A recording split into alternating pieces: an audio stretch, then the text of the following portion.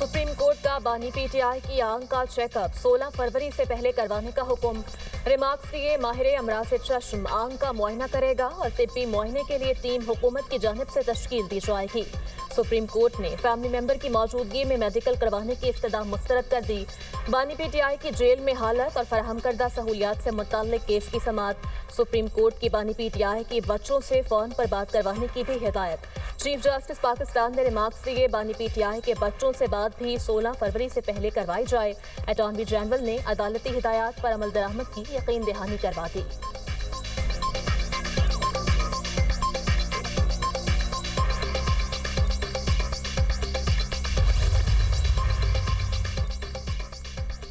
बानी पीटीआई के खिलाफ तोशाखाना फौजदारी केस का ट्रायल फैसला महफूज। चीफ जस्टिस पाकिस्तान याहिया अफरीदी ने रिमार्क्स दिए बानी पीटीआई की सेहत के मामले पर फैसला महफूज कर रहे हैं।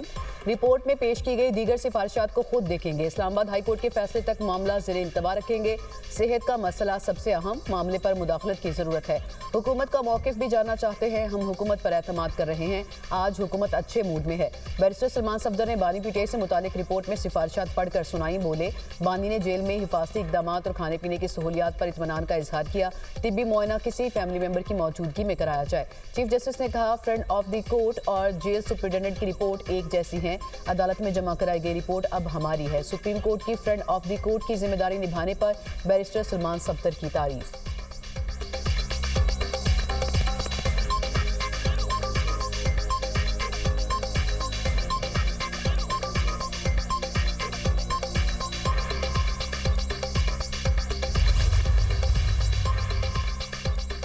बानी पीटीआई ने बताया दाईं आंख से 85% नजर नहीं आता। अडियाला जेल में तहरीक इंसाफ के बानी से मुलाकात करने वाले बैरिस्टर सलमान सफदर की 7 सफ़हात पर मुश्तमिल तफसीली रिपोर्ट जारी।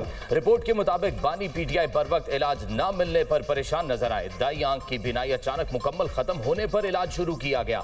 बानी के मुताबिक अस्पताल मुंतकिल करके इंजेक्शन लगाए जाने के बावजूद उन्हें 10 से 15% ही नजर आता है। बानी ने बताया 3 माह कबल मुझे बीनाई कम होने का इशू दरपेश आया। जेल हुकाम ने इसे सीरियस लिया, ना ही एड्रेस करने की कोशिश की। 5 माह से वकला के साथ मुलाकात भी नहीं हुई। बानी पीटीआई का बहनों और रिश्तेदारों से मुलाकात ना होने पर भी मायूसी का इजहार बताया। गर्मियों में सिर्फ एक कूल बॉक्स मुहैया किया गया है जो हमेशा मौसर नहीं होता। गर्मियों में 2-3 बार फूड पॉइजनिंग हुई। किसी की सेहत पर सियासत नहीं होनी चाहिए। सेनेटर राना सनाउल्लाह ने सेनेट इजलास में इजहार ख्याल करते हुए कहा सलमान सफदर ने रिपोर्ट सुप्रीम कोर्ट में पेश की। रिपोर्ट में नाश्ते, लंच, मेडिकल समेत तमाम सहूलियात का जिक्र मौजूद है। ये रिपोर्ट अज खुद कैद तन्हाई के बयानिए की नफी है। चीफ जस्टिस ने सलमान सफदर और जेल सुपरिटेंडेंट की रिपोर्ट्स को एक जैसा कहा। बानी पीटीआई ने ये नहीं कहा कि उनका इलाज नहीं कराया गया। उन्होंने सिर्फ ये कहा कि वो मुहैया करदा इलाज से मुतमईन नहीं। बानी पीटीआई ने जब शिकायत की उन्हें इलाज की सहूलत दी गई। आंख की तकलीफ पर उन्हें पिम्स भी लाया गया। हुकूमत या जेल इंतजामिया की तरफ से कैदियों की सेहत पर सियासत करना जुर्म है। इस इलाज और कैद पर सियासत करना भी जुर्म ही है। सेनेट इजलास में पीटीआई अरकान का शोर शराबा। इजलास कल तक मुलतवी। बांग्लादेश में आम इंतखाबात, पोलिंग का वक्त खत्म, वोटों की गिनती जारी। बीएनपी जीतेगी या जमात इस्लामी का इत्तेहाद। 12 करोड़ 76 लाख से जायद वोटर्स हक के राय दही के अहल थे। पोलिंग स्टेशन के बाहर दिन भर लंबी कतारें लगी रहीं। सिक्योरिटी के सख्त इंतजाम। खालिदा जिया के बेटे तारिक रहमान बीएनपी की जानिब से वजारत उस्मा के उम्मीदवार। जमात इस्लामी की तरफ से शफीकुल रहमान मद्दे मुकाबिल। एक उम्मीदवार के इंतकाल के बाद 300 में से 299 सीट्स पर इलेक्शन हुए। 273 आज़ाद उम्मीदवारों समेत 2028 उम्मीदवार मैदान में थे। पार्लियामेंट में 50 सीटें खवातीन के लिए मखसूस। पोलिंग के दौरान अवाम से हालिया कानून साजी की हिमायत या मुखालफत पर राय के लिए रेफरेंडम भी हुआ।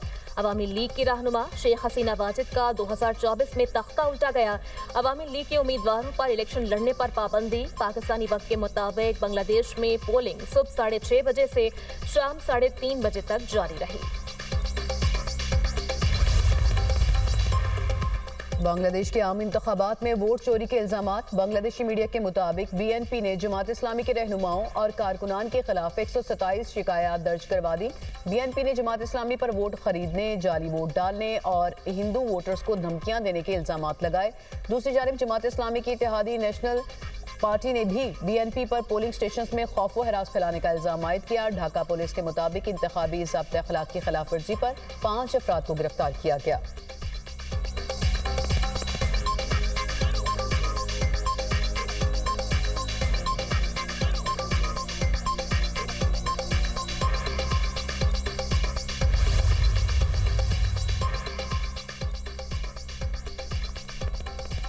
बांग्लादेश के उबूरी सरबराह डॉक्टर मोहम्मद यूनुस ने भी वोट कास्ट किया। मीडिया से गुफ्तगू में बोले, आज हमारी आज़ादी का दिन है, खुशी है, नए बांग्लादेश की बुनियाद रखने का मौका मिला। बांग्लादेशी तारीख के एक डरावने ख्वाब का खात्मा हो गया। सरबराह बांग्लादेश नेशनलिस्ट पार्टी तारिक रहमान ने वोट कास्ट करने के बाद कहा, कामयाबी के लिए पुरुमीद हूँ, जितनी नशिस्तें मिलेंगी उनकी बुनियाद पर मुल्क को बेहतर अंदाज में चलाएंगे। इलेक्शन कमीशन नताइज जल्द अज जल्द अवाम तक पहुंचाए। अमीर जमात इस्लामी शफीकुर रहमान वोट कास्ट करने के बाद बोले, अब अवाम मुल्क की तामीर में हिस्सा लेंगे। नेशनल सिटीजन पार्टी के सरबराह नाहीद इस्लाम ने भी वोट कास्ट किया। बोले, इंतखाबात आजाद और मुनसिफाना हो तो जीत और हार से फर्क नहीं पड़ता।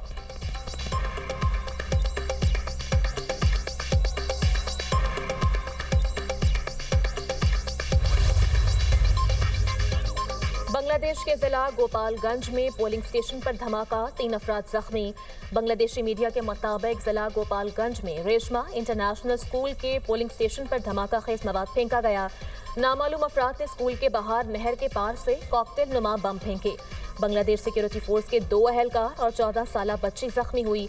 Bangladeshi chief election commissioner AMM Nasiruddin ने कहा, हमें पोलिंग स्टेशन पर कब्जे और बैलेट बॉक्सेस की छीना झपटी की तारीख को भूलना होगा।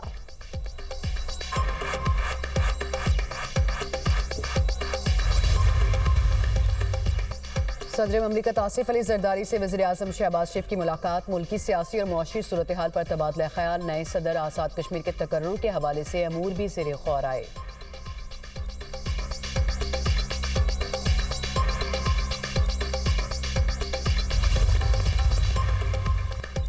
वज़ीर आज़म शहबाज शरीफ से तुर्की की ज़रूरी टेक्नोलॉजीज क्लस्टर के बोर्ड चेयरमैन की सरबराही में 4 रुकनी वफ्द की मुलाकात। वज़ीर आज़म ने कहा, पाकिस्तान तुर्की के साथ मुआशी शराकतदारी के फ़रोग़ का भी ख्वाहां है। तुर्की से ज़राअत और लाइफ स्टॉक के शोबे में ताउन को मज़ीद बढ़ाने के बेशुमार मौक़े मौजूद हैं। तुर्की और पाकिस्तान मिलकर ग्लोबल फूड वैल्यू चेन में अहम किरदार अदा कर सकते हैं।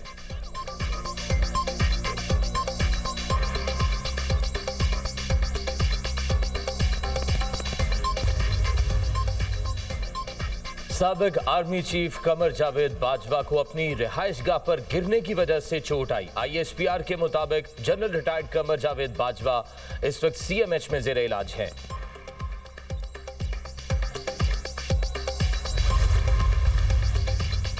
रियासत का काम सिर्फ सड़कें, इमारतें और स्कूल्स बनाना नहीं। वज़ीर आला पंजाब मरियम नवाज का रिसोर्स सेंटर फॉर ऑटिज्म की इफ्तिताही तकरीब से खिताब। कहा, 1 साल में आलमी मयार का ऑटिज्म सेंटर कायम किया। ऑटिज्म सेंटर में दस्तयाब सहूलियात किसी मोजज़े से कम नहीं। ऑटिज्म का शिकार बच्चों के लिए पंजाब पहला और अपनी नौयत का जदीद सेंटर है। पंजाब में खुसूसी बच्चों के लिए सैकड़ों सेंटर ऑफ एक्सीलेंस हैं। वो बच्चे जो आई कॉन्टेक्ट नहीं कर सकते, ये इदारा उनकी तरबियत करेगा। ये इदारा खुसूसी बच्चों की थेरेपी करेगा ताकि दुनिया की आंखों में आंखें डाल सकें।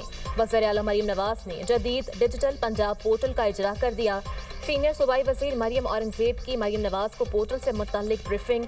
नई नस्ल को बाइख्तियार बनाने से मुतल्लिक जदीद डिजिटल पोर्टल का इजरा।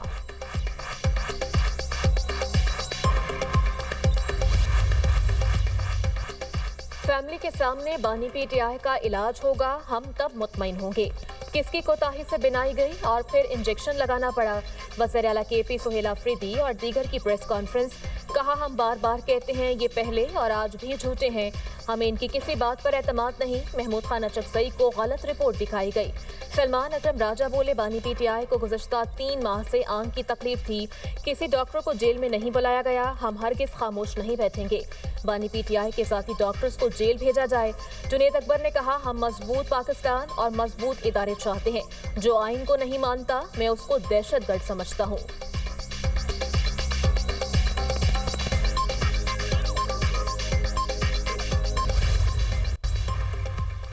वफाकी वज़ीर तवानाई अवैस लग़ारी का नेट मीटरिंग पॉलिसी का दिफा, कहा 7,000 मेगावाट पर 4,60,000 नेट मीटरिंग के सोलर सार्फिन हैं। ये कहना दुरुस्त नहीं कि गरीब आवाम पर बोझ बढ़ेगा। इस्लामाबाद और लाहौर की बड़ी सोसाइटीज़ में नेट मीटर्स हैं। छोटे इलाकों में सोलर प्लेटों का नेट मीटरिंग से कोई ताल्लुक नहीं। सोशल मीडिया पर मुख्तलिफ किस्म की बातें हो रही हैं। पाकिस्तान में सोलर का हजम मुहतात और साइंटिफिक तहकीक के बाद तकरीबन 22,000 मेगावाट है।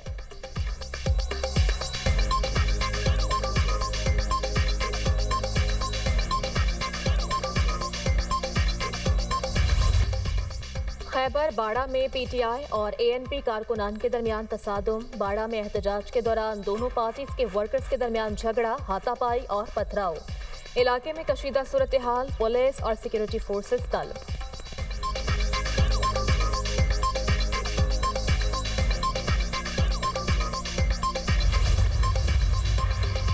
पाकिस्तान स्टॉक मार्केट में शदीद मंदी का रुझान रहा। 100 इंडेक्स 2,537 पॉइंट्स गिरकर 1,80,512 पॉइंट्स की नफसियाती हद पर बंद हुआ। स्टॉक एक्सचेंज में 41 अरब 87 करोड़ रुपए का लेन देन हुआ।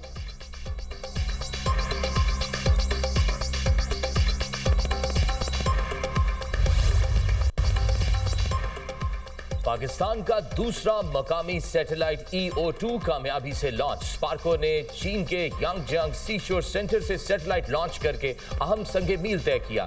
सैटेलाइट जमीन के मुशाहिदे और इमेजिंग की सलाहियत बढ़ाएगा। सैटेलाइट मंसूबाबंदी और वसाइल के इंतजाम के लिए अहम डेटा फराहम करेगा।